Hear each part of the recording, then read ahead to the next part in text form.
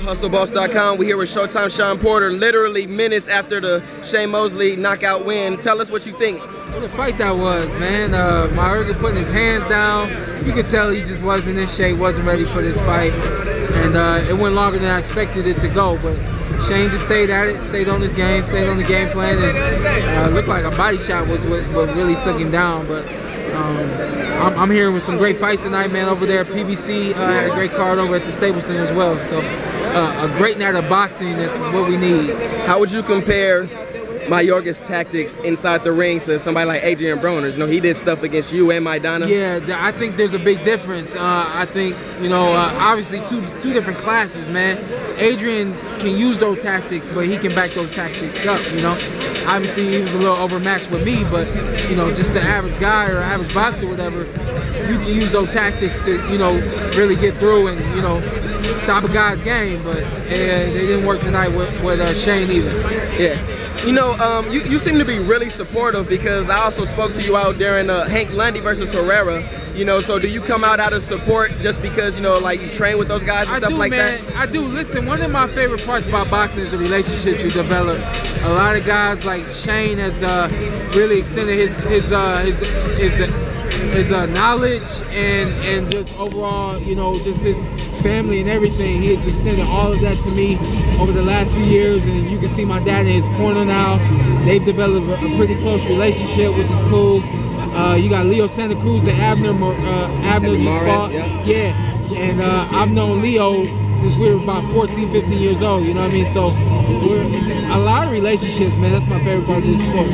You know, I want to ask you, man, I know everybody wants to know what you're doing next, but like, can you tell us something that's realistic? Because right now, yeah, we know you're staying in shape, but it just seems like it's uncertainty with the opponent. I honestly wish I could tell you something. I absolutely know zero right now at this point. You guys seen the posters, a little bit of the talks here and there. Right.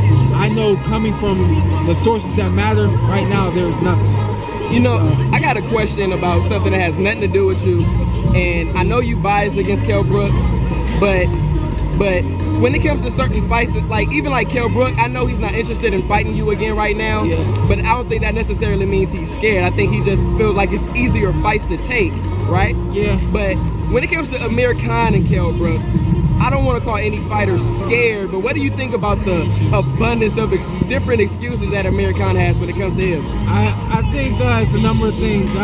You know, one thing about this sport that most people don't understand is that there's a business that runs this sport. There are a select few people that call the shots. Whether, you know, whether the fighter does get up and say, I want XYZ, they may or may not ever get XYZ, you know, so you got that going on. You got the business going on. You also got the fact that Amir knows the business. He knows that he'll get more money fighting Floyd Mayweather or another big name like Manny Pacquiao, who I'm hearing he might try to fight now, as opposed to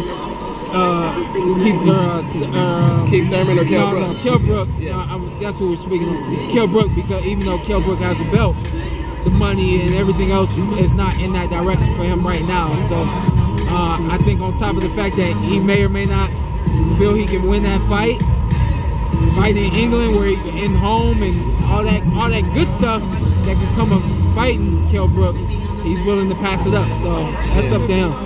I'll go over there to fight Kell Brook in a heartbeat. I know you would. Yeah. Can you tell us real quick, like, what made you make the full transition to boxing opposed to football? Because you were a very devoted football player as well. It was me looking to my future, and you know, I think that was the best decision for me. I love football. I watch it all day, every day when I can. NFL Network stays on my TV. I usually catch the fights after the fact, but I'm getting better at, you know, getting to these fights and watching them and stuff like that. But it just, you know, for me, I just felt that my future and everything would be more lucrative for boxing for me. And one last question, because I know it's a lot of people want to take pictures of you and stuff. Now, I know that you're ready for anybody. We all know that. But in a realistic world, who would your next opponent be? In the realistic world, that's a realistic possibility, like Khan, Thurman. Yeah, I think those fights. I think with the exception of Conor, I don't think Conor fight me. I think Thurman is a realistic fight that I will make happen, that my dad wants to make happen. It's just a matter of what, if the business makes sense, if they want it to happen. Garcia, we actually called out, and we would love to fight Danny Garcia. But the other fight out there will be Chino. I think that's another realistic and good fight for me. Yeah. So let's go on, man. Showtime, Shawn Porter. Thank you for your time, buddy.